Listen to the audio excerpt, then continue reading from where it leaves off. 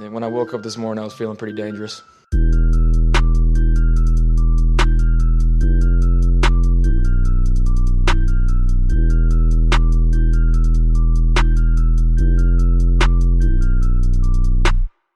And if we're talking tight ends and we're going into round 2, maybe round 3, give me Ian Thomas, please. Let's just do the damn thing. Just based on giving his overall ability. Again, I like his arm. I think he can make every throw. The pick at number 12 is in. All right, we're back. Cover 1, the Draft Podcast. I'm Russell Brown. With me, as always, CP Christian Page. My man, how we doing on this Thursday? Man, I'm good. I just went outside and walked about 5 miles, so I'm sitting in my bed ready to talk football. I'm glad. Got work off tomorrow, too, for Good Friday. So happy holiday weekend to everybody as well. Well, if I would have really put 2 and 2 together, I would have cracked open a cold one with you here. But I'm glad. Water. I have to rejuvenate a little bit, but the cold one comes in a little bit. We got to guess about 50 minutes in the Central Time Zone, then I can crack one. There you go. Well, let's talk plenty of draft stuff. We'll get to that. I hope everybody's doing well. It's been a very busy week here on the podcast front with talking with Joe Goodberry of the Athletic Cincinnati, Marcus Bullock of the Athletic DC. So if you're a Bengals or Redskins fan, you can get caught up with the podcast there. Go to Apple Podcasts, Spreaker, Google Play. Just search Cover 1 Draft Podcast, and we will pop up. You can download us, subscribe, rate, and review, all that good stuff, and then you can listen to that. Also, I had a player interview this week with Marcus Bailey out of Purdue, the linebacker, versatile kid, high football IQ type of guy, really interesting stories, bounced back from a hip injury, 2 torn ACLs. It's been a brutal ride for him to get where he's at, but he is certainly a fun player to watch. I think is probably a day 3 pick just simply because of the injuries, but I think somebody's going to get a steal. Maybe it's not a 10-year career out of Marcus Bailey, but if you can get 4 to 5 years out of him, I think you're going to have a quality linebacker that's going to certainly help your defense right away. But if you guys not been on the website, you need to do that, and it's simple. All you have to do is go to cover1.net, download the Cover 1 app for free. Go to your app store, search Cover 1, and you will find it. Download. It's free to download. Get the push notifications. So all of those podcasts that I'm talking about, those will show up. And really, most importantly, that I had dropped this week. I know CP's working on some stuff that's probably going to be dropping sometime next week and the week of the draft. But I had just dropped my second mock draft of the season.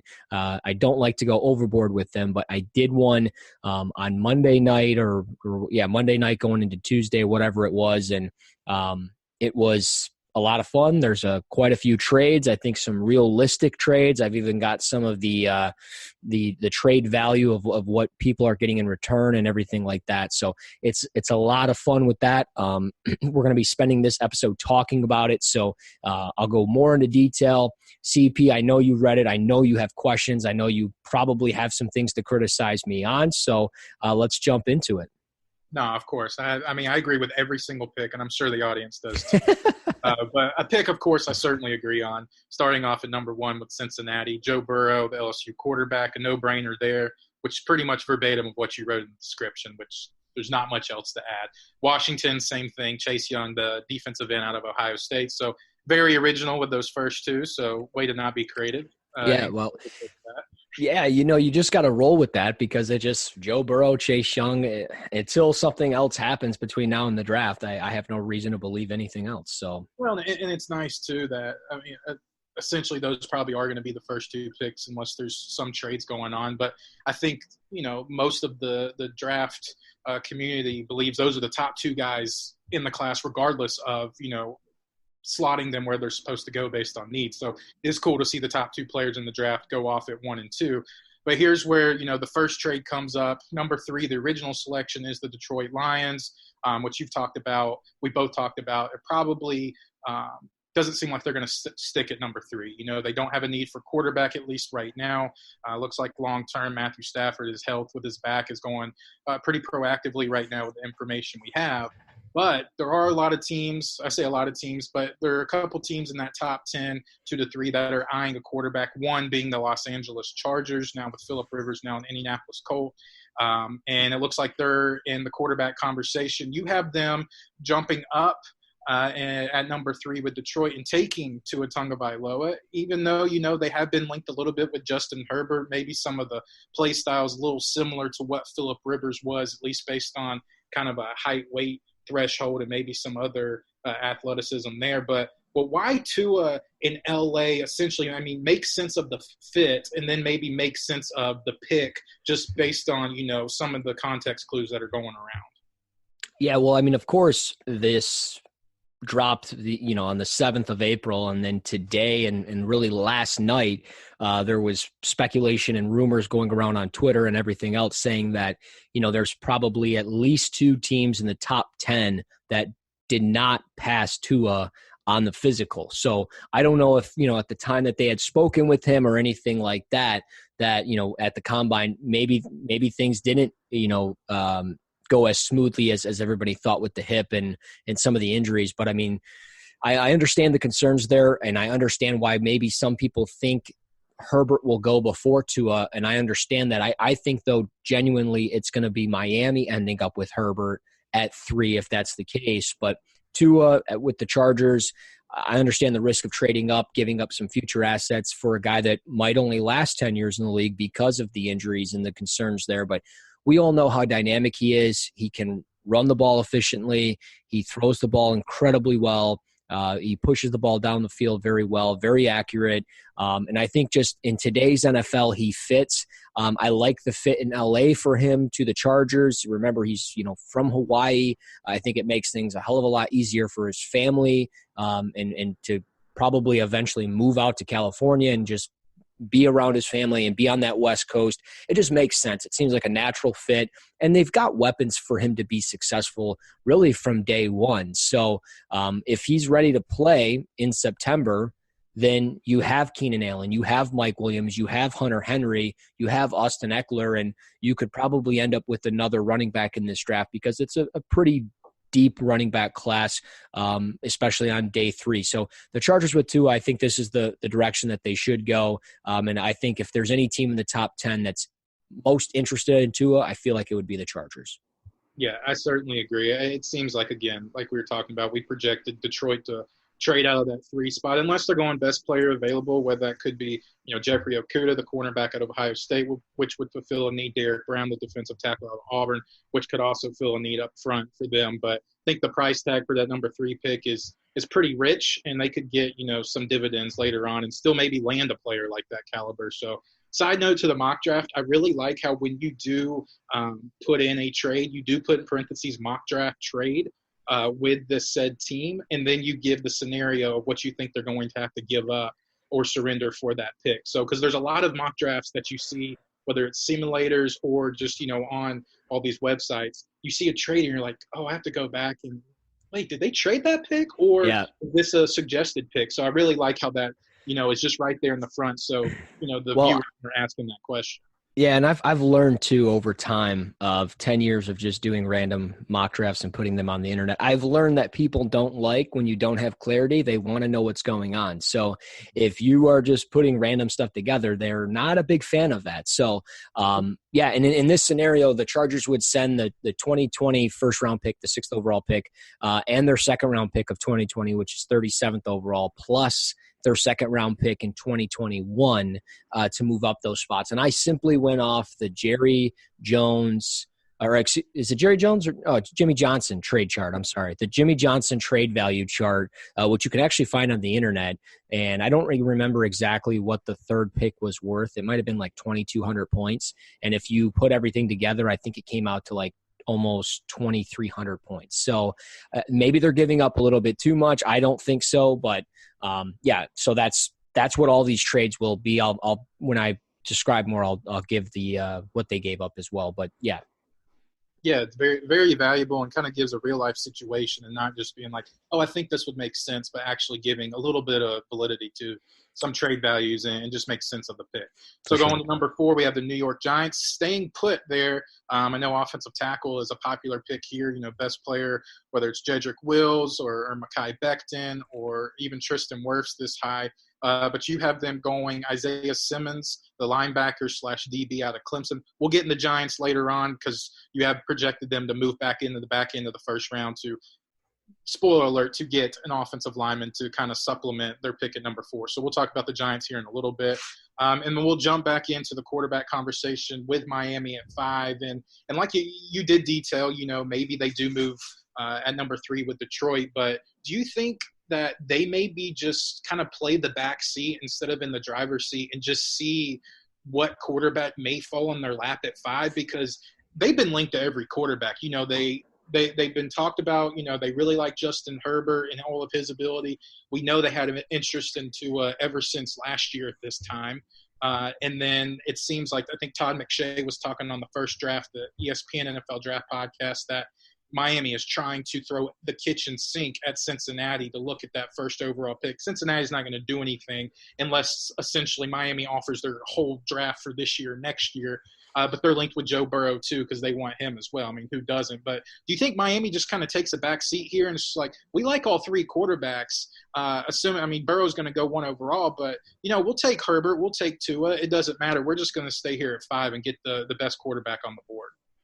That's what I think they're going to do. I think especially if I was sitting there, that's what I would be doing unless I knew for a fact that there was a team offering the kitchen sink to get to number 4 and get the quarterback. And I have a hard time believing that the Giants are going to move out of that number 4 spot. Dave Gettleman's never traded back. Why start now? Why should I believe that now in 2020 when he's had plenty of other drafts in the last 20 years to prove himself that he could trade back, and he just doesn't do it. He'll trade back into the first round to give up future assets and get back into the first round. He's done that last year. He got DeAndre Baker. But here, I just don't see that happening with the Giants. So I think Miami, yes, I think rather than giving up future assets to go and get, obviously the hardest position to develop and always the biggest question mark in the draft with the quarterback spot, the best thing to do is just stay put. And then as we have a scenario later in the draft, use some future assets, move up in the draft, and then go after a thing that you're very positive on, whether that's an offensive tackle, an edge rusher, maybe even a receiver or another cornerback or maybe a safety. If you're certain that player is going to pan out for you and you don't have the question marks like you do for the quarterback position, then I think it would make sense for them to move up from, let's say, 18 or 26 to then do that. But to move up to get the quarterback, give up some of these picks that, if they're going to move up, they're probably going to have to part with that first rounder at 26. So I just think letting that quarterback go into their lap makes the most sense. And Herbert's that guy. I have certainly some question marks. I don't know if he's ever going to get any better, but I think if they're looking to build around a guy, I think it would make sense to build around Herbert with some of the players that they can get in this draft. For sure. Yeah, I certainly can't disagree there. Kind of come over these next few picks. So we get to pick 10. Detroit now picking 6 with that trade with the Los Angeles Chargers. Still get their guy, most likely with Jeffrey Okudah. So I think that's even more of a valid reason for them to trade back, get those assets, and still get a need and one of the top players on their board with the cornerback from Ohio State. Carolina goes with Derrick Brown, the defensive tackle from Auburn. Feels a need there. They need a lot of help as far as rush defense goes. Arizona at number 8, they get D-Hop in that trade with Houston. Now that almost solidifies them going offensive line with their first round pick. Jedrick Wills, offensive tackle out of Alabama. That's a perfect pick. Jacksonville at pick number 9, going with Vaughn Kinlaw, the defensive tackle out of South Carolina. I am going to quickly come over this because I think this makes a lot of sense with Calais Campbell now moving on. They need to find somebody that kind of fits that, maybe that athletic kind of versatile role. And Campbell was kind of utilized the same way when he was in college at Miami in his first few years in the league. So Kinlaw, if he can kind of exploit some of that interior, I think he can kind of just get his mind wrapped around and playing more of a versatile role for Jacksonville. But this is one of my favorite picks here. Denver moving up to number 10, trading with Cleveland to get Henry Ruggs, the wide receiver out of Alabama, the first receiver off the board. I really like this pick for Denver because I think anything you can do to help Drew Lock going forward. He played really solid those last few weeks of the season. You got your wide receiver 1 with Cortland Sutton, so you can kind of find that complementary piece with Ruggs that can kind of be that outside vertical threat why do you think Denver has to make this move? I'm not saying why do you think they make this move, but why do you think they have to make this move for a playmaker like Ruggs? I mean, John Elway's on what, like his 9th quarterback as the general manager here. And last year they were ranked 28th or 29th in the league in offense for points per game at 17.6. So for the Broncos, they need to get players that can score, and Ruggs did that in college. He only had 98 career touches, but he had 24 touchdowns. So, I mean, he's going to score on a high percentage of plays, and speed kills in the NFL. And I think having a guy like Henry Ruggs, who is actually a really good route runner, has really good hands, he can high point the football. He's an athlete. We know that, and he's got the track speed. And they got plenty of picks in this draft. Don't get me wrong. The Broncos have plenty of ammunition. They're going to utilize some of that ammunition, and they're going to move up. And I think 15 to 10 makes a lot of sense. For Cleveland to trade back, it makes a lot of sense. I was trying very hard to get them above or in front of number 10. I was trying to maybe have them get to Jacksonville or Arizona, but I felt like obviously the higher up I went, the more picks I had to add. So I was like, let's just go with 10. And plus, if I'm Carolina, I'm not passing on Derrick Brown. If I'm Arizona, I'm not passing at the chance of missing out on Jedrick Wills. And if I'm Jacksonville, knowing I need that defensive tackle, I'm taking Kinlaw. So it all kind of fell into place, and I liked Ruggs at 10, and I still stand by it. We've said it for months on the show. I think Ruggs is going to be the first receiver off the board, and I'm standing that here today, unless for a fact I know it's Lamb or Judy, and we know that a team is 100% certain they're taking that guy if he's there. I just think it's going to be Ruggs, the first receiver off the board, and I think it's going to be Denver that does it. Yeah, well, if Ruggs is the first receiver off the board at 10, it doesn't take long for the next few to come off the board. Yep. You have New York Jets at 11 taking CeeDee Lamb, the wide receiver out of Oklahoma. That obviously fills a need. Getting more pieces helps Sam Darnold with that evaluation going forward. Las Vegas Raiders at 12 take Jerry Jeudy, wide receiver out of Alabama. I think this makes a lot of sense too. Similar situation. They're still lacking to find some, firepower on the perimeter. Darren Waller took that step forward at tight end. Josh Jacobs looks like a really good piece at running back for them, but I think finding some more playmakers on the outside to help with Kaiir and just that whole Mayock Gruden regime, that would definitely help. Who I still think is the best wide receiver, best route runner in this class by a long shot. This is where it gets interesting, too. Miami now trading up to number 13 with the recently received pick for San Francisco, that initial trade with the DeForest Buckner with the Indianapolis Colts. San Francisco now trade that pick with Miami. Miami selects Tristan Wirfs, the offensive tackle out of Iowa. Why do you think Miami has to make this pick? Because they have a few picks in the first round, but why do you think Tristan Wirfs is a guy worth moving up for? Yeah, I think he's obviously one of the top 3 or top 4 offensive tackles in this draft. And knowing that teams like Cleveland, Tampa Bay, you even have Atlanta and Dallas in front of you at, from 18, you don't know exactly what those teams are thinking. Tampa Bay and Cleveland, most mock drafts have them taking an offensive tackle. Again, Atlanta, they could be in the market for an offensive tackle. So this was about, San Francisco getting a little bit of cold feet. Wide receivers are all gone, and they don't have a day 2 pick. They don't pick again until the 5th round. So they move back 5 spots. They're able to get an additional pick, a second rounder. And again, I don't think that's realistic trade value, but off the point system, it worked. So everything added up for the 49ers to move from 13 back to 18 and get the 56th overall pick in the draft. The points added up, but I don't think it's realistic. I think Miami would probably have to give up like a 4th rounder.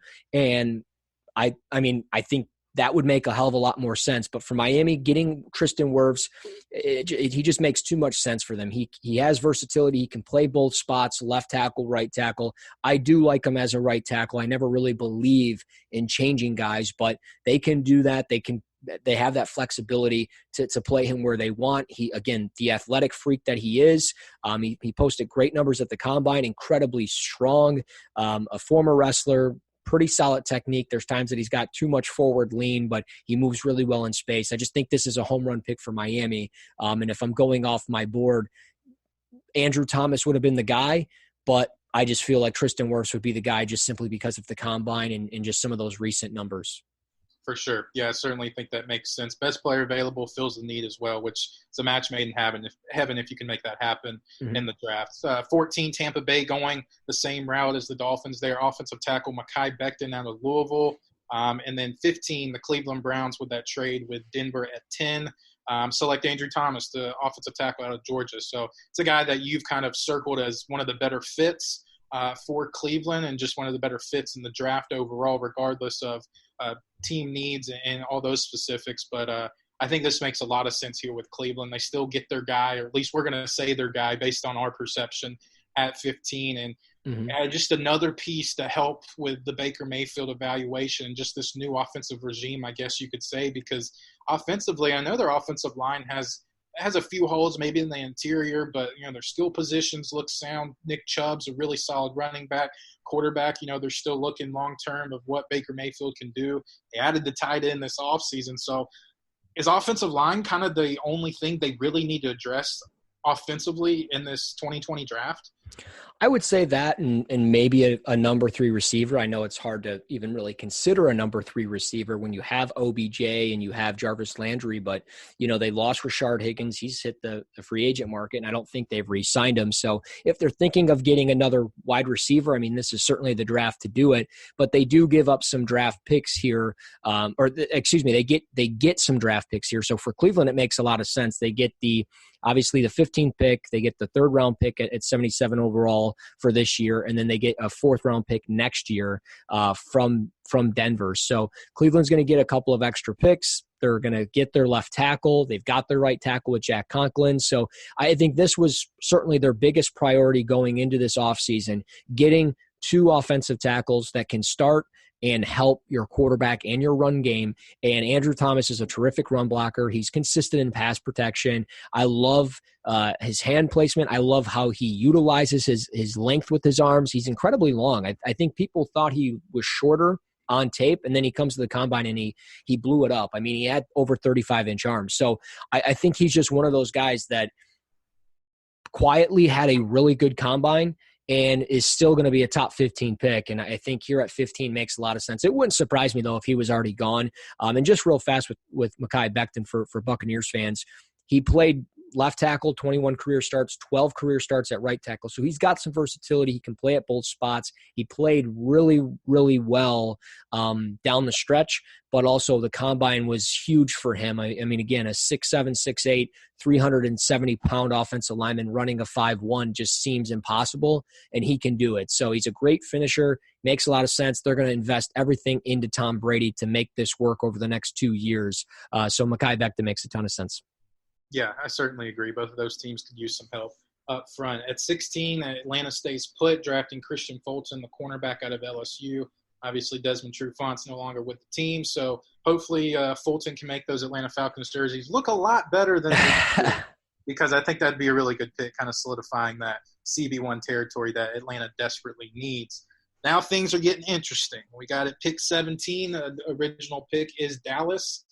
You have New England now in that slot, taking Jordan Love, the quarterback out of Utah State. I'm not going to ask you a question. I'm just going to let you talk about it.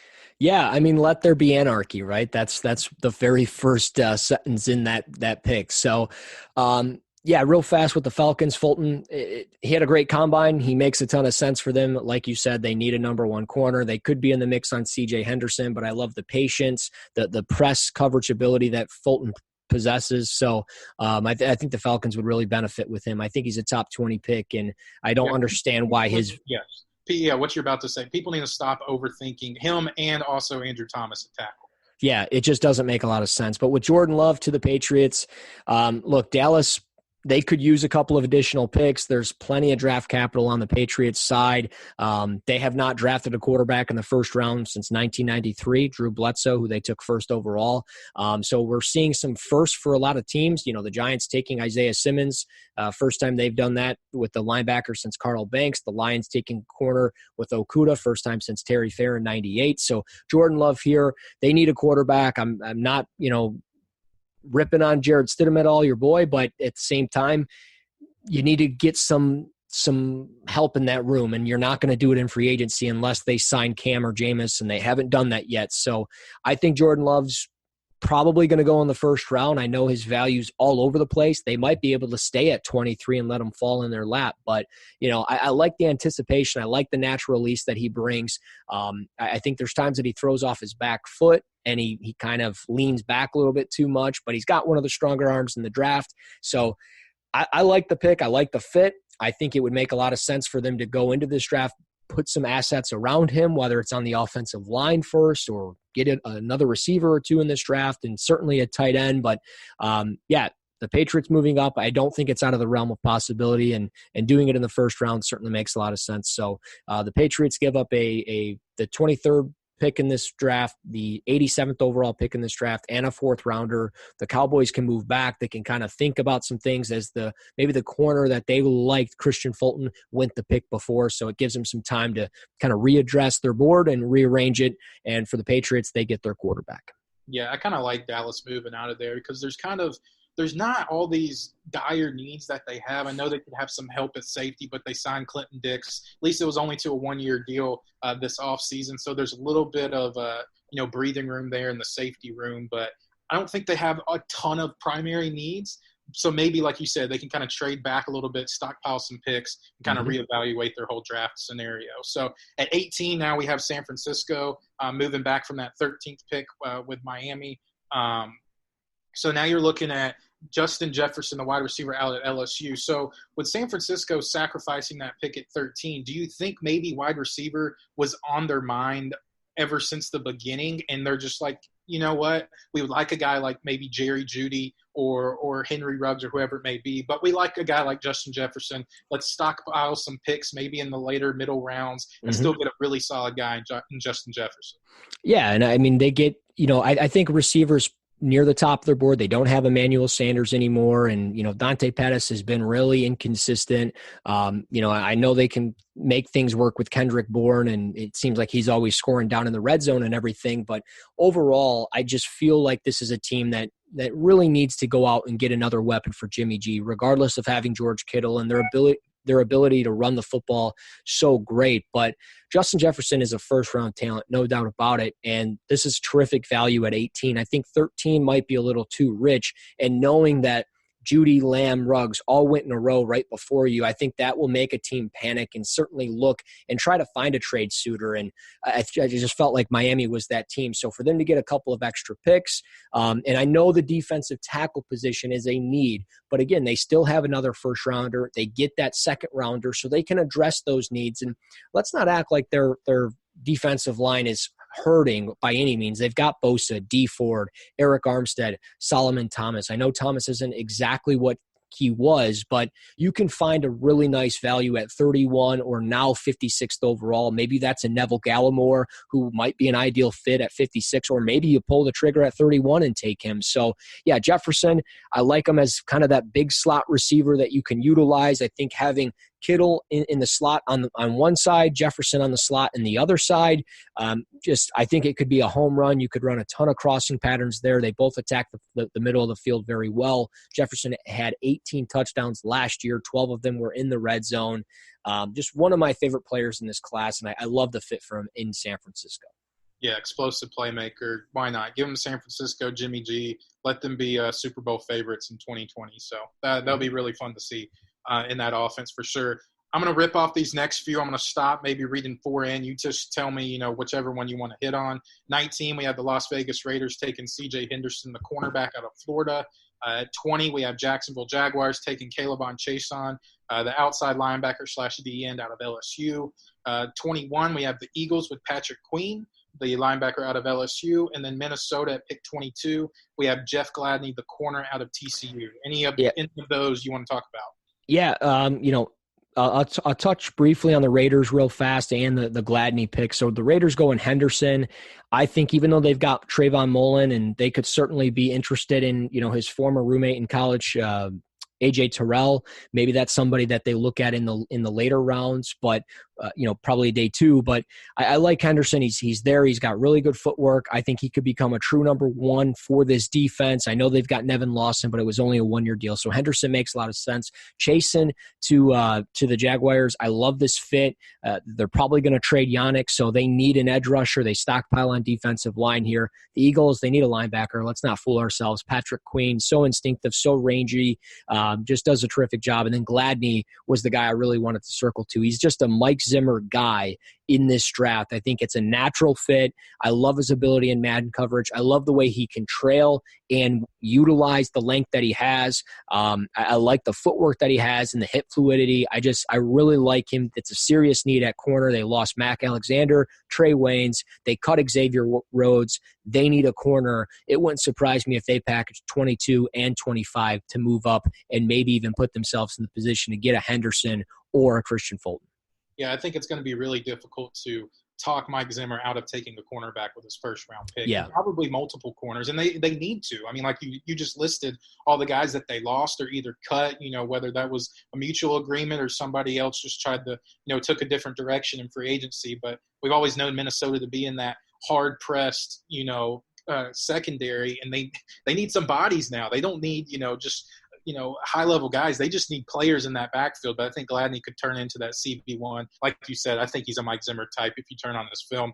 Dallas, they traded that 17th overall pick with the New England Patriots, now picking at 23. You have them going Denzel Mims, the wide receiver out of Baylor. I like this fit a lot, but, I think there's going to be Cowboy fans, they're very understandable on Twitter. I think they'll totally, pat you on the back and say, oh, this would be great. But why do you think they need to address the wide receiver position this early at pick 23?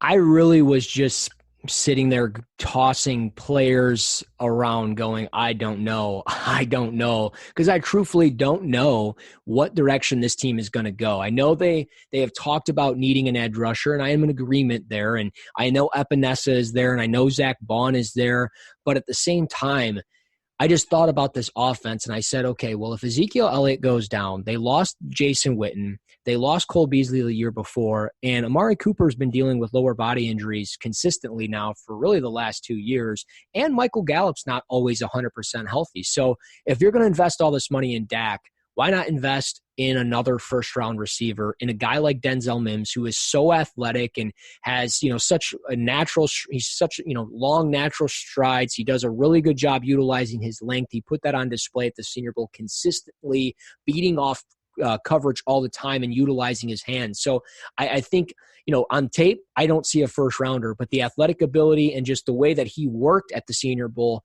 is enough to push him into that first round conversation. And the Cowboys make a lot of sense. They get an extra second or an extra third round pick with this trade that I had them do with the Patriots. I know they have a need at center. Well, Tyler Biadasz at 51, if he's there, that's a natural fit for them. And then they would have picks 82 and 87. So they would have 3 picks on the second day of the draft. I think with some of the other needs that they have, they could go out, get a Biadasz, maybe get a Damon Arnett, maybe get, a Troy Pride from Notre Dame or whatever it might be. Or you look at the edge rush class. I mean, I know it's not incredibly deep, but maybe Kenny Willekes there is in the third round and you can draft him. So I like what they can do on day 2 for some of the other needs. I think wide receiver is kind of a hidden, a higher need, a more important need than people really want to give credit for just because of the names that they have at the position. But deep down, I think the value is pretty good, and I think the depth of the position is not very good for them overall. So this makes a lot of sense in my opinion. Yeah, and when you're about to pay, $30 million a year to Dak Prescott, make it worthwhile. Go get him another mouth to feed and an explosive playmaker. I know his hands can be a little inconsistent, talking about maybe some of his route running, but I think as much guys you can add to the wide receiver room to make that investment in Dak Prescott worth it, then I think it's definitely the right move. So I certainly can mirror what you said. Yeah, there was plenty of buzz around Denzel Mims and Mobile at the Senior Bowl, so it would not surprise me to see his name come off the board in round 1. New Orleans at pick 24, they're staying put. Kenneth Murray, the linebacker out of Oklahoma, who I think kind of gets a little overshadowed. I know Patrick Queen had not a lot more athleticism, but has those athletic traits that you really like to see. But Kenneth Murray just kind of got swept under the rug. He was kind of that linebacker 1 type for, from seems like October to January. Then Patrick Queen has phenomenal postseason games, which is fine. But Kenneth Murray is just kind of the forgotten linebacker, but he's pretty complete all the way around. Yeah, no, he really is. And I think this is a guy that's a natural fit for the Saints. They don't have a very good linebacker group at all. They only have 5 picks in this draft. So if we're talking about teams that are interested in trading as well, the Saints could be a team that moves back, and a team like Baltimore, if Denzel Mims is there, Baltimore at 28 might move up. Or a team like Seattle, they might move up. Or we could even see a team like, maybe the Green Bay Packers if they're interested in a receiver, or maybe even the Chiefs. You just never really know. But there's plenty of teams I think that would be interested. But, with Murray, I don't think he's as instinctive as you would want him to be, but the athletic ability certainly pops every single time. He's got really good length. I mean, he's 6'2", 6'3". I think he could get a little bit better at shedding blocks, and there's times that he leaves his feet when he tackles, and that forces him to put his head down a little bit. But the range is there. I think the size, and again, that athletic ability, it's all there. I like there's times where he diagnoses on tape when it's in really, really good. So at 24, I think this is a good value. I think it's a home run pick for the Saints that need, I think, a true number one linebacker, and Murray can become that, whether it's in year one or in year two. Yeah, pick 25, Minnesota, with their second first-round pick of this mock draft. Their first pick, Jeff Gladney, the TCU cornerback. Mike Zimmer would just be having a ball if A.J. Epineza was able to land in his lap, the defensive end out of Iowa. You touched on it in your write-up here. Everson Griffin, there's still an outside chance that he becomes or he comes back to Minnesota, the defensive end there. But A.J. Epineza gives them something, I guess, a little different, more of that power rusher, maybe not as finesse or as athletic with his lower body as an Everson Griffin, but still gives a lot of potential of what that defense and what Mike Zimmer likes to, that personnel that he likes to run with. So I like the A.J. Epineza pick there for Minnesota at 25. Got another guy that you like a lot, one of your favorite players, I think, at pick 26 to the Miami Dolphins, Zach Bond, the outside linebacker edge player out of Wisconsin. Miami, their third first-round pick of the draft, they went with Justin Herbert at 5, and then they went with Tristan Wirfs, the right tackle out of Iowa, later on in the mid-portion of the first round. But why do you think Zach Bond is a fit for Miami? Or maybe essentially it's just the best player available for a team that needs help on the exterior on the defense.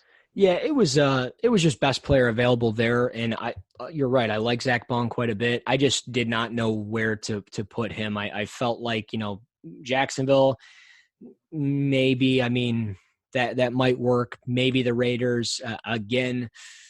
Would the Patriots move up to draft him? I doubt it. Would the Falcons consider it? They just I don't know exactly where he would go. And he just fell here to 26. So his best player available. I think he's certainly worthy of that first-round conversation. And you can't have too many versatile players. And Kyle Van Noy is certainly versatile. He can rush off the edge. He can drop into coverage. You have Shaq Lawson, who you paid for.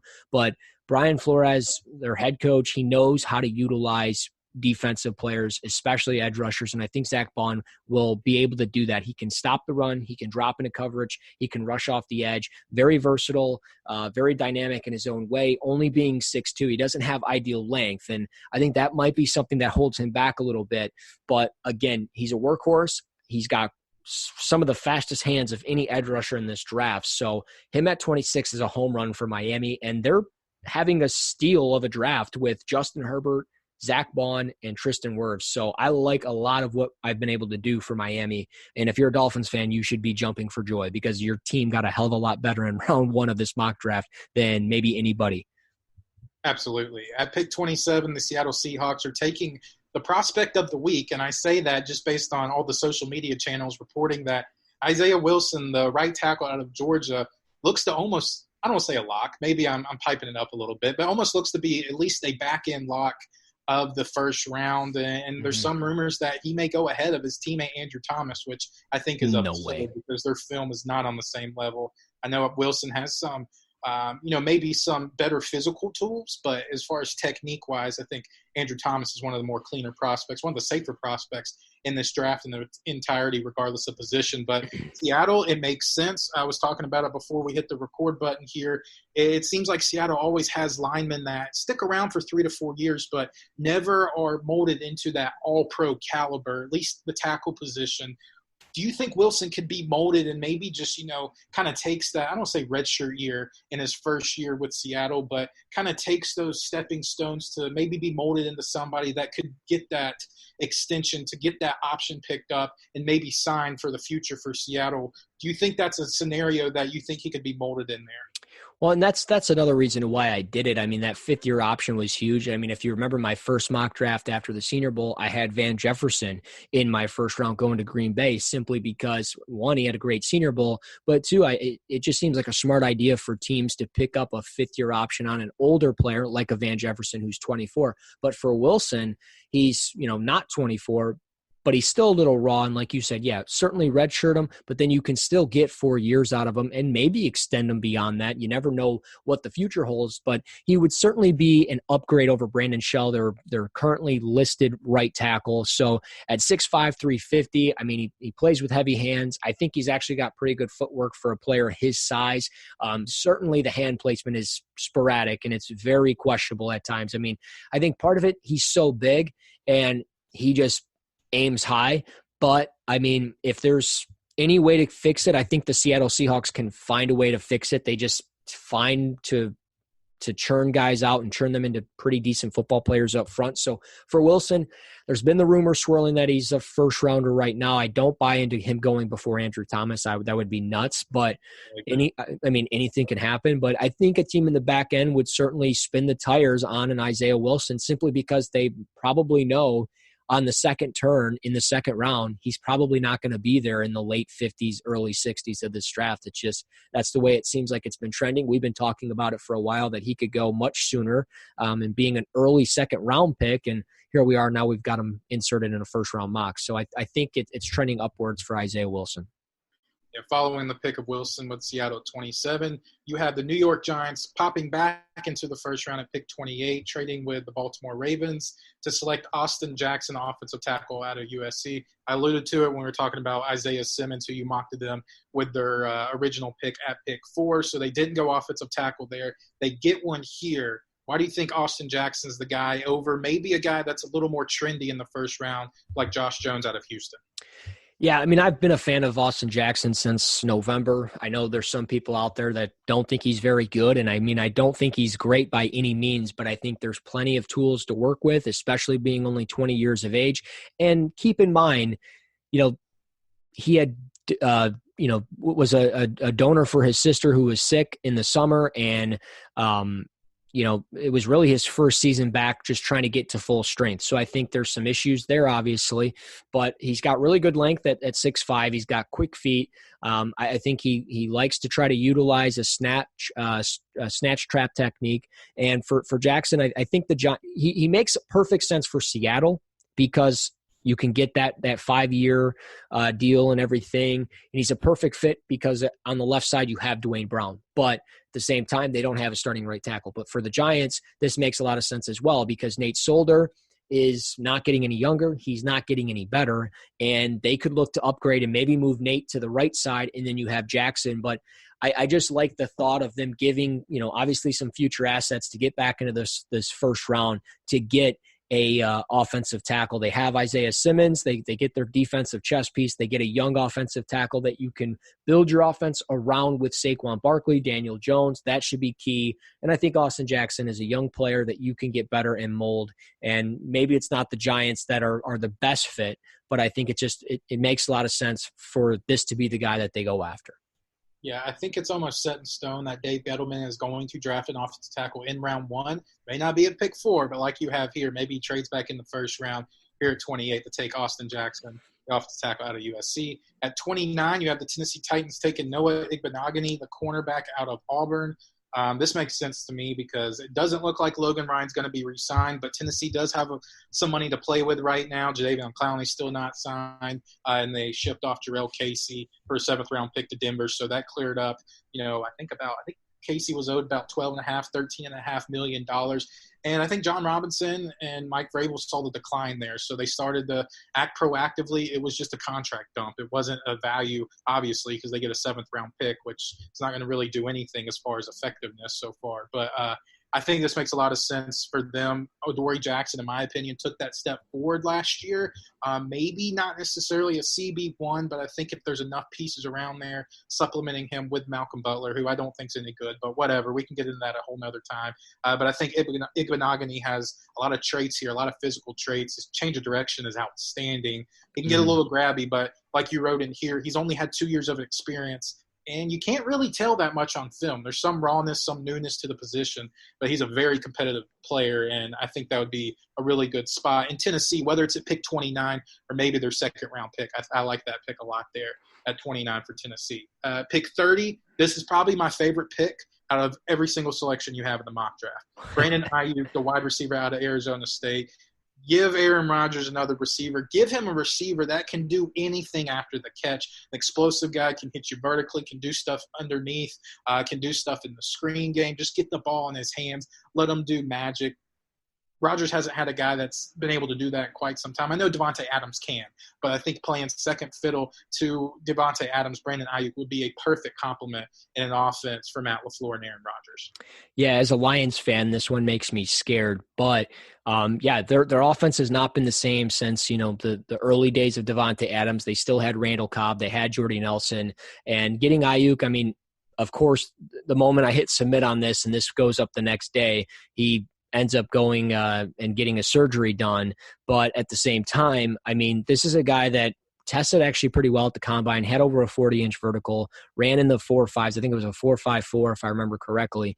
And that was pretty much with a bad hip. So I think this is a guy that certainly is got first-round ability, probably has easily become one of my favorite players in the draft. I recently had wrote about him, and I love what he can do. He's versatile. He can play inside, outside. Like you said, he can go vertical. He's explosive after the catch. He makes a ton of sense for this offense that needs help at the receiver position because Allen Lazard is not the guy, and Devin Funchess on a one-year deal. I'm sorry, I'm not buying that. So Ayuk here it's a home run for the Packers.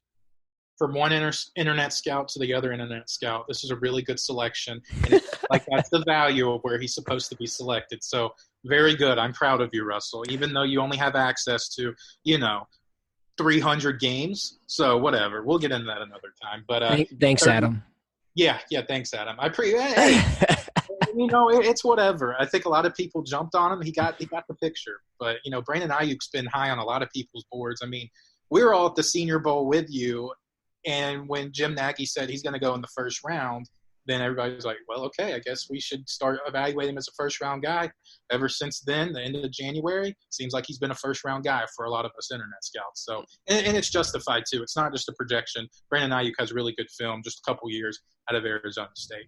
Pick 31, you got San Francisco picking again. You talked about their need at defensive tackle, or maybe not essential need, but they get a guy, Justin Matabuke, the defensive tackle out of Texas A&M. I think I said his name right. It's pronounced 5 different ways. It just depends on who you're talking to. But this makes a lot of sense. Strengthen up that core on the defensive line. And then seal it off, Kansas City, Cesar Ruiz, the center/interior offensive lineman out of Michigan. I think this is a pretty popular pick for Kansas City to help shore up some things in the interior in that rushing game. So anything you like from those Super Bowl teams? Yeah, obviously with the 49ers, they need to go after a defensive tackle in this draft, like I mentioned earlier. Where they go about it, I'm not sure. I think 31 makes a lot of sense. Maybe Ross Blacklock from TCU would be their guy. I know they've met with him. I know they've talked with him quite a bit.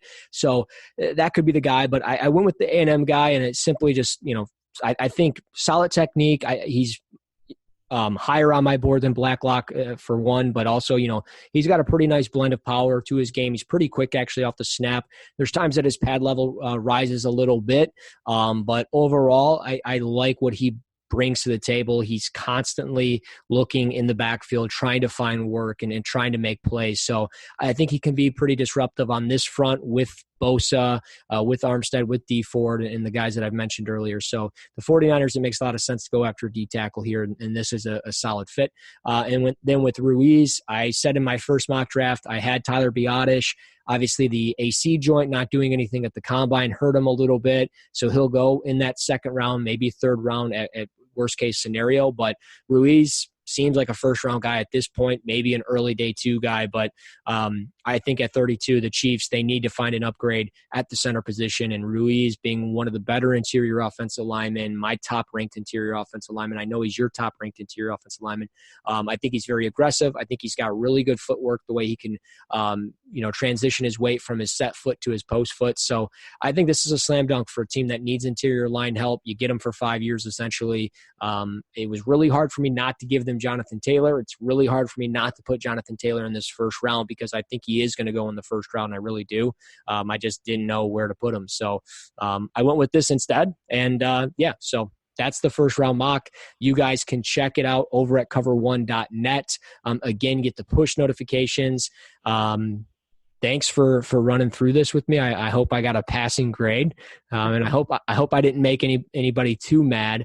Next week we'll be doing some breakdown by the division, going over team needs and draft options like we've previously been doing.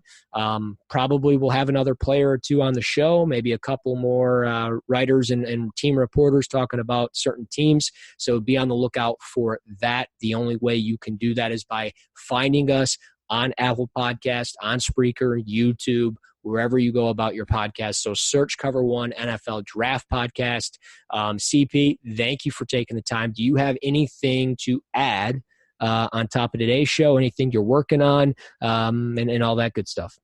Yeah, I'm finishing up. You alluded to it at the beginning of the show. I'm finishing up the wide receiver notes. So pretty much all I have to do is just put them in the template and then push send on that. So that will be tomorrow morning, tomorrow afternoon. So a lot of interesting notes. You got, the drop rates, you have total targets, you have red zone touchdowns, their first down touchdown percentage rates. So a lot of really key information. It also helps too for those fantasy listeners that we have. Once you see where those receivers are selected, then you can maybe figure out, what role they may play in that given system. I'm never going to mention fantasy again on this podcast, but I just wanted to get as many heads and many voices out there just to be, hey, I didn't forget about you guys. I love y'all too. Y'all know football. Just we won't talk about offensive line and defense with y'all. Y'all can stick to the skill positions. But that should be coming out tomorrow, being Friday, and then got one more piece next week on the running backs. That's almost wrapped up as well. Talking about fumble rates and total touches, and then I'm going to work on an article and just kind of do like an unscripted notes. So it's just kind of the first thoughts that come into my head, and I'm going to write them down, whether it's, based on rumors, player rankings, whatever it may be. I'm going to drop that probably sometime next week, work on it next week, and maybe drop it the week of the draft. So still a lot of content, not just from us, but got guys like Zach Hicks, Brad Kelly. We got some injury reports that are also on there. Eric Turner does an awesome job, especially in the Slack channel, about breaking down some film analysis, whether it's talking about the Bills, NFL guys in general, or the draft prospects. So definitely stay with cover1.net. Stay in that Slack channel if you're not, because there's a lot of really essential information for free agency and draft reasons. Couldn't have said it any better myself. I will have a Marcus Bailey piece dropping tomorrow with film content in there. He's had 3 pieces of content coming about him this week on Cover One. Yeah. No, I think he's very appreciative. But yeah, I've got that in the works. I will be dropping my big board sometime next week, probably in the middle of the week. I'll have a final mock draft the week of the draft. It's crazy. We got next week and then the following week, and it's here, the virtual draft. So it's going to be crazy. You guys, of course, can find us on Twitter at Russ NFL Draft, @_Christian Page. Smash the follow button. Stay safe out there. But until next time, this is Cover One, the Draft Podcast.